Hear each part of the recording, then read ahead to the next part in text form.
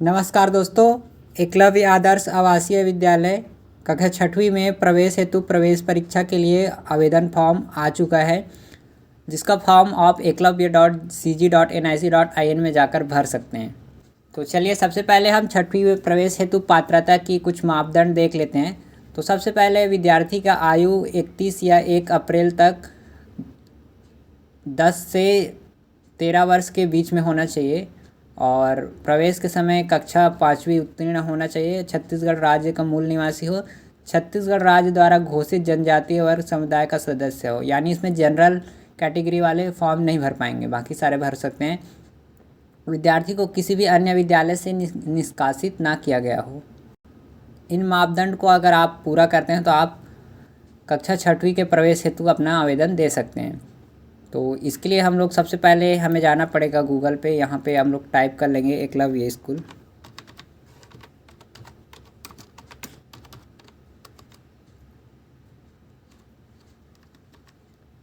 इतना लिखते ही first website link आ जाएगा eklavya.cg.nic.in। यहाँ पे क्लिक करना है।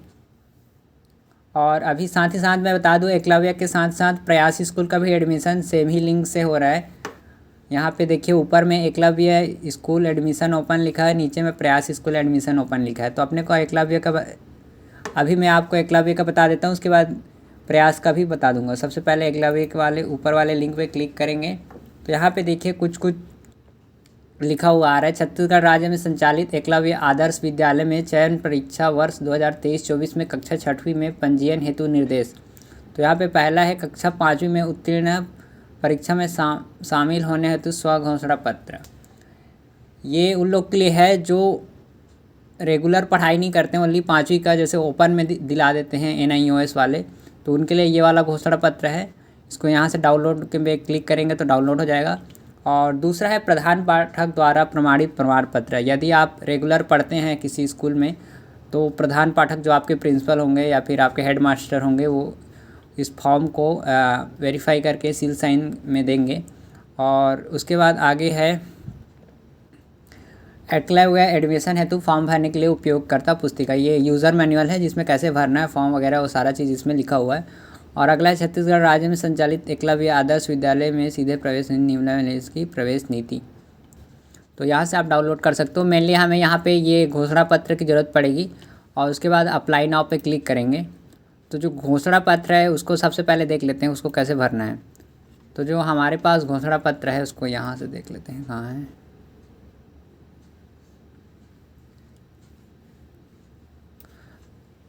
तो इस प्रकार से घोषणा पत्र होगा परिशिष्ट 2। इसको आपको भरना पड़ेगा प्रधान पाठक द्वारा, ठीक है। तो यहाँ पे शाला का नाम रहेगा, ग्राम रहेगा, विकास खंड, जिला और क्रमांक छोड़ दीजिएगा, दिनांक डालना है। और यहाँ पे फिर सेम चीज़ है, नाम, पिता का नाम, ग्राम पंचायत, विकास खंड और जिला। इतना लिखने के बाद जन्म तिथि है DDMMYY में भरना है, यानी दिन, महीना और साल में भरना है। फिर यहाँ पे लिंक पे क्लिक कर लेंगे। बॉयज़ हैं तो बॉयज़, गर्ल हैं तो गर्ल, ट्रांसजेंडर है तो ट्रांसजेंडर। विद्यार्थी का जाति यहाँ से सेलेक्ट कर लेंगे। और विद्यार्थी अपना कक्षा 5वीं में उत्तीर्ण है या फिर अध्ययनरत है, यहाँ से सेलेक्ट कर लेंगे कि जो 5वीं पढ़ चुका है या फिर उसमें कंटिन्यू कर रहे हैं। तो अगर उत्तीर्ण हो चुके हैं तो यहाँ पे कौन से वर्ष में उत्तीर्ण किया है उसको लिखना है। उसके बाद यदि विकलांग है तो यहाँ पे मेंशन करना है। क्या विद्यार्थी के माता पिता वामपंथ उग्रवाद विद्रोह में जान गंवा चुके हैं, इस प्रकार का कुछ केस है तो यहाँ पे बताना है। क्या विद्यार्थी का माता पिता विधवा है, हाँ ना जो भी चीज़ है यहाँ पे भरते जाना है। विद्यार्थी अनाथ है। क्या विद्यार्थी के माता पिता दिव्यांग है। क्या विद्यार्थी के माता पिता एकलव्य आदर्श आवासीय विद्यालय में स्थायी पद पर कार्यरत हैं। विद्यार्थी के माता पिता का मोबाइल नंबर, माता या पिता कोई भी, यहाँ पे एक मोबाइल नंबर डालना है। और उसके बाद यहाँ पे पिता या माता का हस्ताक्षर यानी पेरेंट्स सिग्नेचर और विद्यार्थी का हस्ताक्षर। यदि विद्यार्थी के माता या पिता नहीं हैं या माता पिता दोनों नहीं हैं तो अपने अभिभावक या कोई भी पालक का यहाँ पे हस्ताक्षर चलेगा। और यहाँ पे डेट डाल के यहाँ पे जो प्रधान पाठक हैं, आपके प्रिंसिपल हैं, वो यहाँ पे सील और साइन करेंगे। इतना हो जाने के बाद हमारा फॉर्म भरने के लिए तैयार है। और आपको एक्स्ट्रा चीज़ ज़रूरत पड़ेगी, वो है आपका साइन और पेरेंट का साइन और आपका फ़ोटो। तो सबसे पहले यहाँ पे फॉर्म भरते जाएंगे। जैसे मैं एक फॉर्म भर रहा हूँ, यहाँ पे डेट ऑफ बर्थ, नाम के बाद नाम भर लेंगे, उसके बाद डेट ऑफ बर्थ सेलेक्ट कर लेंगे। यहाँ से डेट ऑफ बर्थ सेलेक्ट कर लेने के बाद यहाँ पे पिता का नाम और यहाँ पे माता का नाम, अभिभावक का नाम यदि माता पिता नहीं है तो, और हैं तो लिखने की कोई ज़रूरत नहीं है। और यहाँ पे हम लोग लिख लेंगे पिता का मोबाइल नंबर,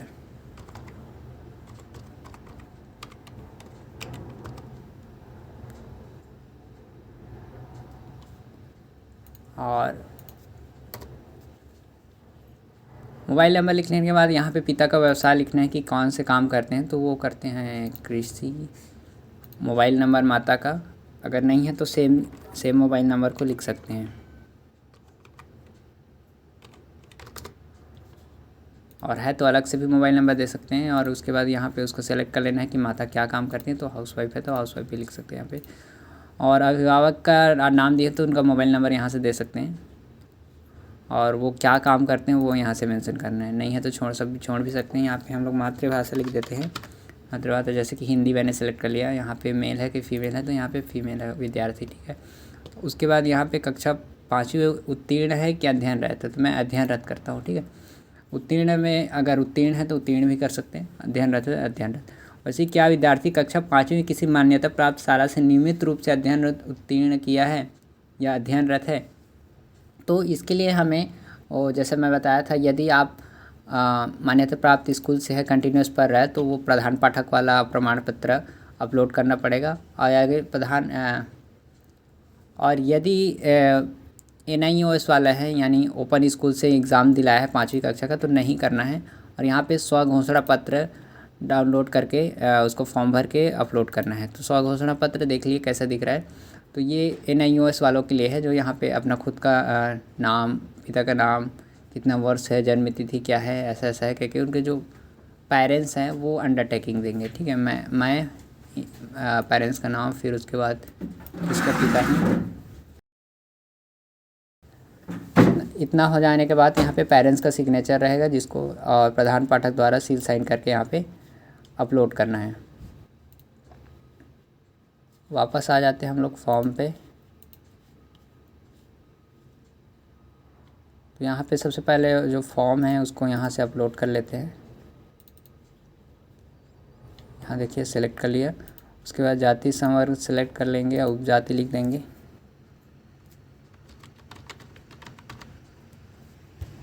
जिला का नाम सेलेक्ट कर लेंगे, विकास खंड,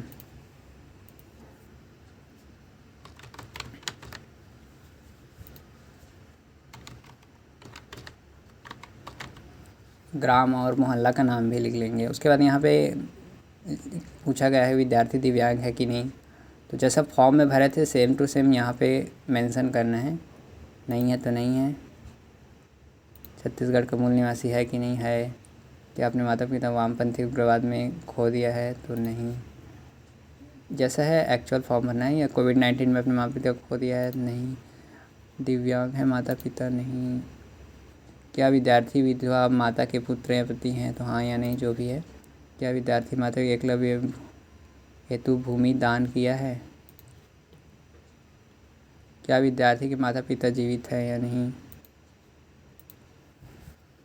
क्या विद्यार्थी के माता पिता एकलव्य विद्यालय में स्थायी रूप से शिक्षक के रूप में नियुक्त होकर कार्य कर रहे हैं। क्या विद्यार्थी के माता पिता एकलव्य में संलग्न सेंटर ऑफ एक्सीलेंस के कार्यरत कर्मचारी हैं। क्या विद्यार्थी के माता पिता EMRS में प्रवेश चाहते हैं, उस विकास खंड में स्थित शासकीय चिकित्सालय के नियमित या स्थायी चिकित्सक के रूप में नियुक्त हैं। क्या विद्यार्थी के माता पिता EMRS में प्रवेश चाहते हैं, उस विकास खंड में किसी शासकीय चिकित्सालय या नियमित पैरामेडिकल स्टाफ के रूप में नियुक्त हैं, नहीं है। तो इस प्रकार से जो भी उचित है उसको सेलेक्ट कर लेना है। उसके बाद यहाँ पे छत्तीसगढ़ राज्य में एकलव्य विद्यालय में प्रवेश के विकल्प, यहाँ पे प्राथमिकता के हिसाब से विकल्प न्यूनतम 5 चुनाव का है। कम से कम 5 तो चुनना ही है, उससे भी ज़्यादा चुन सकते हैं। और यहाँ पे परीक्षा केंद्र के लिए है न्यूनतम और अधिकतम 3 चुनना है, मतलब 3 ही चुनना है, कम या ज़्यादा नहीं चुनना है।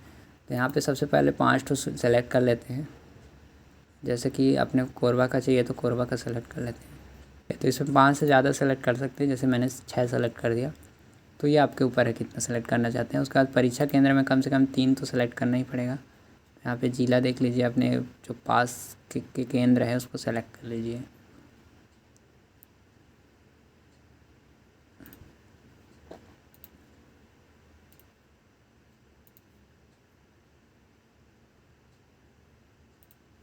तो इतना सेलेक्ट करने के बाद हम लोग फ़ोटो, विद्यार्थी का फ़ोटो अपलोड कर लेंगे। उसके लिए यहाँ पे क्लिक करेंगे और यहाँ पे विद्यार्थी का फ़ोटो आ जाएगा, विद्यार्थी का हस्ताक्षर यहाँ पे आ जाएगा, और उसके बाद जो पेरेंट्स का जो सिग्नेचर है वो यहाँ पे। इतना हो जाने के बाद यहाँ पे घोषणा पत्र है, उस पर क्लिक कर लेना है कि घोषणा पे क्लिक कर लेना है कि मैं अभिभावक अपने पुत्र संबंधित घोषणा करती हूँ कि मेरे द्वारा दी गई जानकारी सत्य और सही है और मांगे गए दस्तावेज समय पर प्रस्तुत करूँगी। तो इतना हो जाने के बाद सबमिट पे क्लिक करना है। यहाँ पे वार्निंग आएगा, do you want to save the data, तो यहाँ पे सेव करना है। इतना करते ही आपका फॉर्म सेव हो जाएगा। सेव हो जाने के बाद आपको आवेदन की इस प्रकार की पावती मिल जाएगी, जिसमें आवेदन क्रमांक लिखा हुआ है, जिससे आप फ्यूचर में ट्रैक कर पाएंगे। इतना हो जाने के बाद आप इसको प्रिंट कर लीजिए और सेव कर लीजिए। तो ये हो गया आपका एकलव्य का फॉर्म भरना। कोई भी प्रकार की समस्या तो कमेंट में पूछ सकते हो, और हमसे फॉर्म भरवाना चाहते हो तो आप कांटेक्ट कर सकते हो। जय हिंद।